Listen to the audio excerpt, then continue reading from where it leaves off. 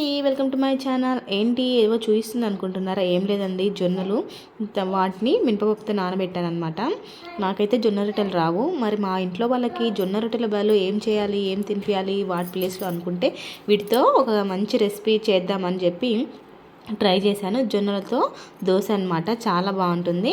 మీరు ఏదైనా సరే ఒక కొలతతోటి 2 గ్లాసుల జొన్నలకి 1 గ్లాస్ మినపప్పు యాడ్ చేసి దాన్ని మీరు రేపు చేయాలనుకుంటే ఈరోజు మార్నింగే నానబెట్టుకొని ఈవినింగ్ ఇలా 2 మిక్సీ పట్టేసుకొని కలుపుకోవడమే. మనకు మార్నింగ్ తీసి చూస్తే పిండి అంతా కూడా పులిసిపోయి ఉంటుంది.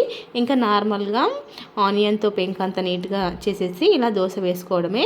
చాలా అంటే చాలా బాగున్నాయి. నేనైతే ఫస్ట్ టైం చేస్తున్నా. అరే ఇన్ని రోజుల నుంచి మనకి ఐడియా తెలియలేదే, ఇంత బాగా ఉన్నాయి, అనవసరంగా జొన్న రొట్టెలు రావట్లేదే నాకు అని బాధపడే బదులు ఇలా దోశలు వేసుకొని తింటే మంచిగా ఉంటుంది కదా అని అనుకున్నా. వెంటనే ఈ వీడియో కూడా మీకు అందరికీ షేర్ చేద్దామని చేస్తున్నాం. వీడియో ఎట్లుంది మరి లైక్ చేసి మన ఛానల్ అయితే సబ్స్క్రైబ్ చేయండి. కొత్తగా చూసేవాళ్ళు ఒకసారి మన ఛానల్లో ఇంకా చాలా వీడియోస్ ఉన్నాయి, అవన్నీ కూడా ట్రై చేయండి.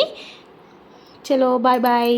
మళ్ళీ మంచి వీడియోతోటి ఇంకోసారి రేపు కలుద్దాం.